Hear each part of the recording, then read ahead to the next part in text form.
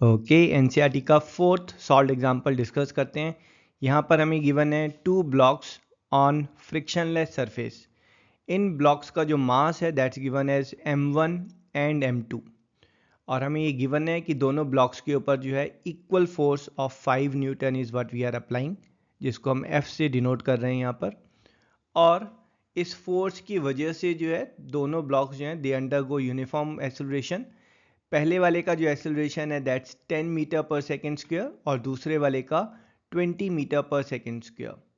इसका मतलब है कि अगर हम इनिशियल वेलोसिटी फर्स्ट ब्लॉक की 0 मीटर पर सेकेंड एज्यूम करते हैं तो हर सेकेंड में इसकी वेलोसिटी 10 मीटर पर सेकेंड से इंक्रीज करेगी।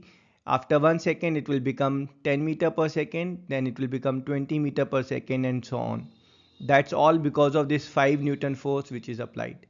सेम सेकेंड केस में इट्स स्पीड, अगर हम यहाँ स्टार्टिंग में 0 मीटर पर सेकेंड एज्यूम करते हैं तो हर सेकेंड में जो स्पीड है वो वेलोसिटी है वो 20 मीटर पर सेकेंड से इंक्रीज कर रही है।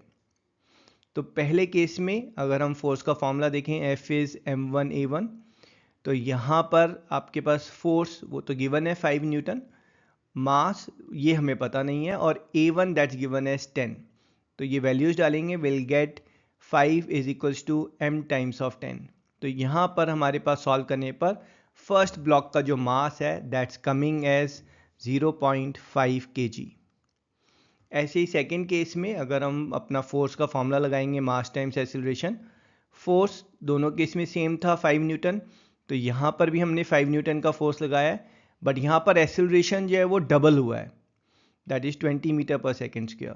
तो वैल्यूज डालेंगे, will get 5 is m2 times of 20। Solving it, m2 is 20/5 और 0.25 kg। अब हमें जो है आपका जो फर्स्ट ब्लॉक है और जो सेकंड ब्लॉक है दोनों का मास पता चल गया है।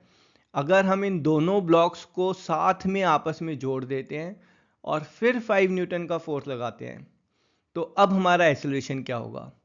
भाई ऑफ कोर्स अगर हमने मास जो है वो बढ़ा दिया है तो हमारा एक्सेलरेशन कम हो जाएगा।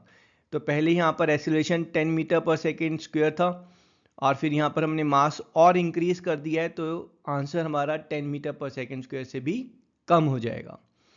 तो सेकेंड केस में जहाँ पर मास ऐड हो गए हैं, विल अप्लाई फोर्स का फॉर्मूला।